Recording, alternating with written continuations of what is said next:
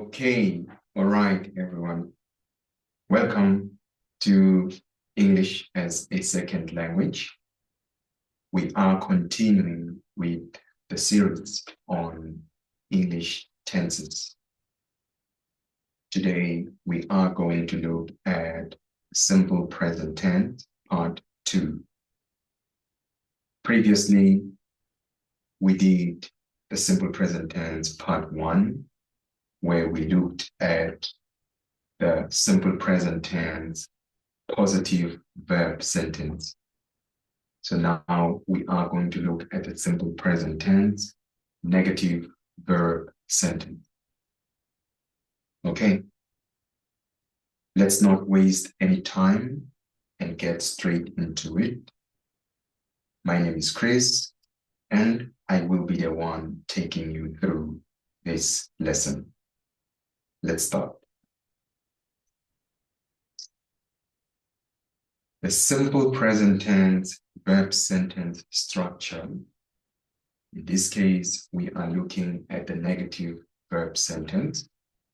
Like I said earlier on, we have already looked at the positive verb sentence of the simple present tense. Let's look at the structure. How do we structure our sentence if it is a negative verb sentence?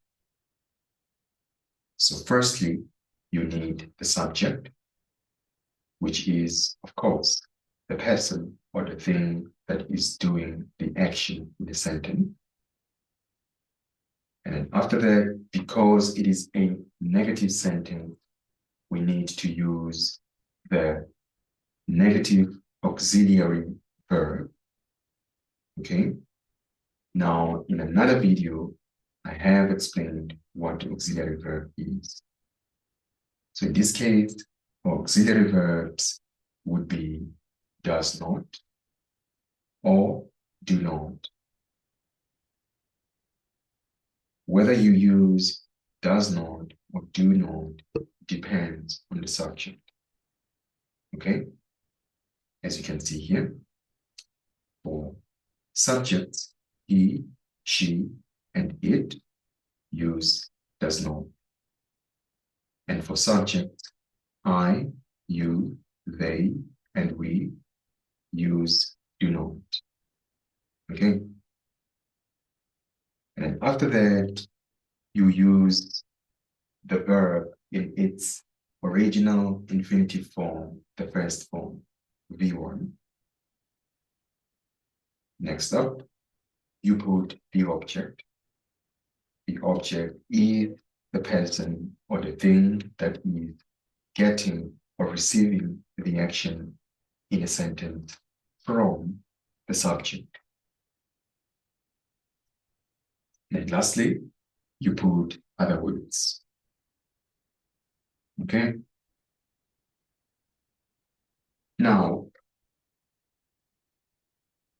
if the subject is, sorry, not the subject, but rather if the sentence is negative, if the sentence is a negative sentence, we do not add the S, the ES, or the IES at the end of the verb, because the auxiliary verbs does and do already meet the subject-verb agreement, depending on the subject we have.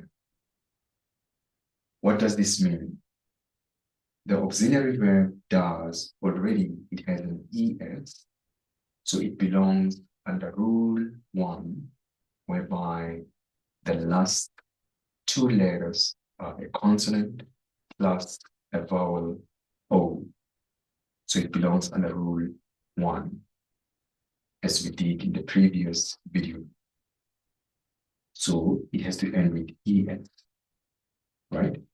So then if the subject is he, she, it, then we use does, and then we do not do anything to the actual real verb. Why? Because the auxiliary verb already, it has been changed. If the subject is I, you, they, and we, then of course we use do in its original first form, infinitive form. Like we said in rule 4 in our previous video, for subject I, you, they, and we in the simple present tense, we do not add or change our verb. We use our verb in its original infinitive first form. Okay? So if the sentence is a negative sentence, we do not change the verb. We leave it in its original form. Okay? Great. So now, let's move to the exercises whereby we apply this rule, right? For subject, he, she, it, we have to use does not. And for subjects, I, you, they, we have to use do not. Okay? So let's go there. Right. So it says here, change the following sentences into the simple present tense negative sentences. So we have to make these sentences to be negative. Right. So let's start. Let's start with the first one. So the first one is Tom kicked the ball very well. So Tom is the subject. Of course, Tom is usually associated with a male's name. So our subject is a he. All right? So since our subject is a he, like we stated previously, in the previous slide, for subject he, she, and it, we use does not. So that's why then we say Tom does not kick the ball very well. Okay? Great. Second sentence. A baby cries over nothing sometimes.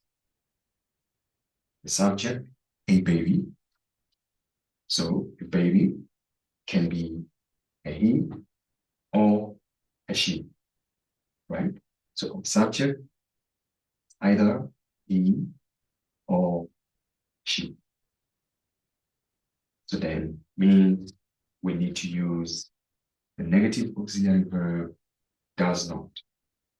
So that's why we say a baby does not cry over nothing sometimes. Next up, Mike play football every Monday. Mike, it's a he. So we have to use the auxiliary verb, negative auxiliary verb does not.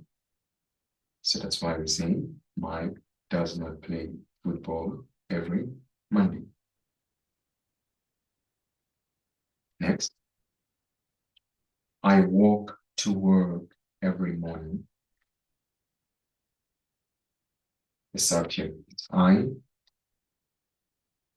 So since the subject is I, we use the auxiliary verb, negative auxiliary verb, do not. So that's why we say, I do not walk to work every morning. Okay, let's keep it moving. Next, you sing with the choir on Sundays. So our subject is you. So, like we said, subject, I, you, they, we use the negative auxiliary verb do not. So that's why here we say you do not sing with the choir on Sunday. Okay? Then the next sentence is they run together every morning. Okay? So our subject is they. All right? So now means we have to use the negative auxiliary verb do not. So that's why we say they do not run together every morning. Okay? Then the next sentence is Ken and Tom dance very well. So subject is Ken and Tom. So it's a he and a he. However, because we've got two people, not including ourselves or myself in the sentence, therefore, we assume that the subject is the same as they. Okay? So that's why then we have to use the negative auxiliary verb do not. That's why we say Ken and Tom do not dance very well. Next sentence. Sylvia and I like rice and chicken. So you've got Sylvia, it's a she, and I. So you've got two people here. Because I am including myself, then the subject is the same as we, right? And with we use the negative auxiliary verb do not. So that's why I say Sylvia and I do not like rice and chicken. Okay? Right. And the last sentence is we drink orange juice every day. So of course the subject is we, and therefore we have to use the negative auxiliary verb do not. So that's why we say we do not drink orange juice every day.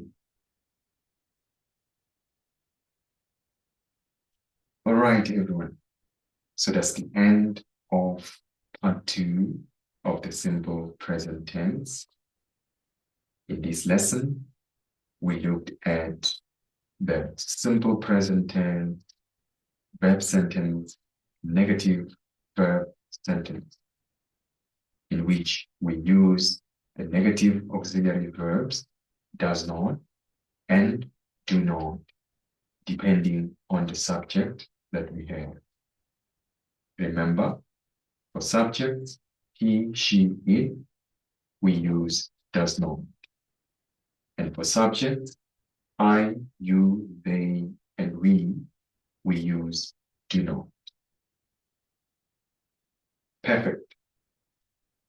So that concludes our lesson on this topic. Please be on the lookout for the next lesson, in which we are going to look at simple present tense part 3.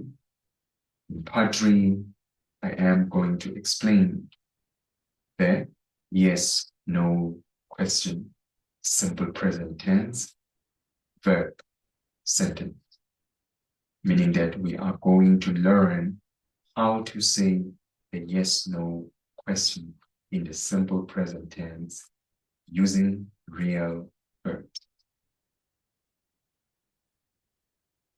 Perfect. So we are done with this lesson. Thank you so much for listening to the lesson. I hope you enjoyed it as much as I did. And I am looking forward to having another lesson with you, like I said, the simple present tense part 3, in which we look at the yes, no quite soon. All right, everyone. So thank you so much for listening to this lesson. I hope you enjoyed it as much as I did, and I hope that you learned a lot. Enjoy the rest of your day. Goodbye and take care.